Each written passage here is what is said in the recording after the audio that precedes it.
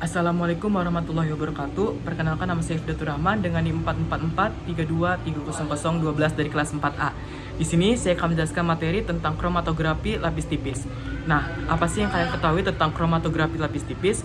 Kromatografi lapis tipis atau yang bisa singkat dengan KLT adalah metode analisis sederhana yang digunakan untuk memisahkan dan mengidentifikasi senyawa dalam campuran berdasarkan perbedaan kepolaran antara fase diam dan juga fase gerak. Nah, apa sih yang kalian ketahui tentang fase diam? Fase diam adalah fase di mana zat tersebut itu tetap di tempat, dapat berupa cairan ataupun padatan. Terus untuk fase gerak adalah fase di mana zat tersebut dapat bergerak, yaitu bisa berupa gas ataupun cairan.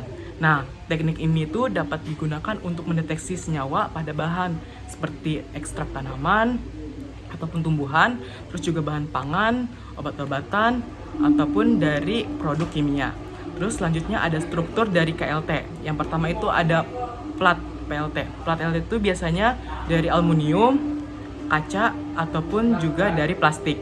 Terus yang kedua lapisan absorben atau fase tetap, fase diam, yang dimana itu tipis, ukurannya 0,1 sampai 0,25 mm untuk analitik, serta 0,5 sampai 2 mm itu untuk preparatif.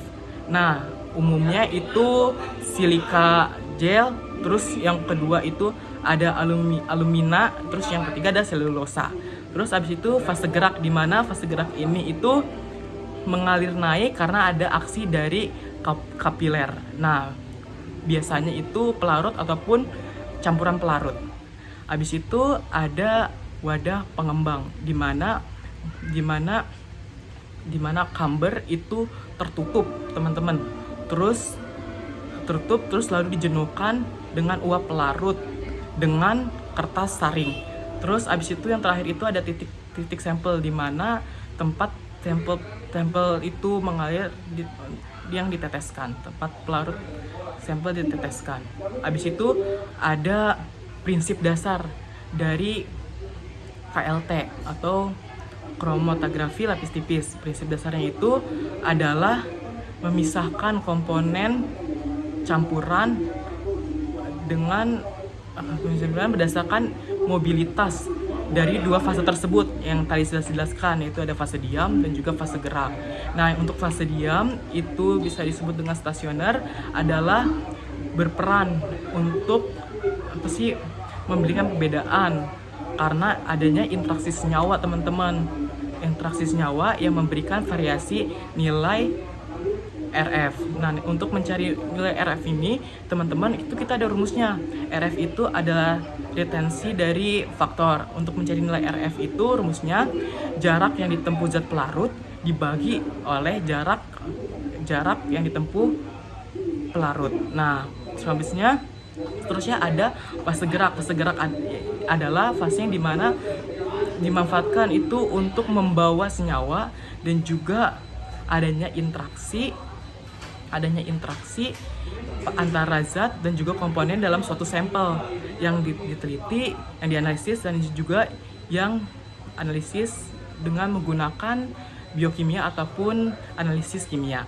Terus abis itu juga di sini ada tujuan dari KLT atau kromatografi lapis tipis. Tujuannya itu yang pertama sudah tentu untuk mengidentifikasi senyawa dalam campuran. Terus yang kedua itu memantau reaksi kimia, terus menentukan kemurnian dalam sampel, terus juga menentukan senyawa pada bahan yang sudah dijelaskan, pada bahan pangan, ekstrak tanaman atau tumbuhan, obat-obatan ataupun lain-lain.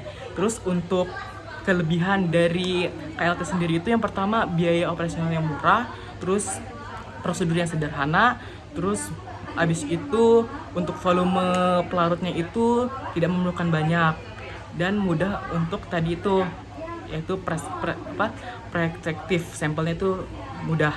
Terus untuk yang selanjutnya itu kekurangan dari KLT itu kromatografi lapis tipis itu kekurangannya yang pertama itu karena dia itu sensitif dan juga sensitif karena kita tahu sendiri kromatografi lapis tipis itu adalah teknologi itu untuk itu mendeteksi senyawa karena sensitif, jadi harus terhindar dari kontaminasi entah itu dari luar ataupun dari dalam. Terus yang kedua itu tidak cocok untuk senyawa dalam jumlah yang besar dan juga kompleks, jadi untuk hanya bagian-bagian saja. Kurang lebihnya mohon maaf, itu saja yang bisa saya dapatkan mengenai tentang materi KLT atau kromatografi lapis tipis. Kurang lebihnya mohon maaf. Wassalamualaikum warahmatullahi wabarakatuh.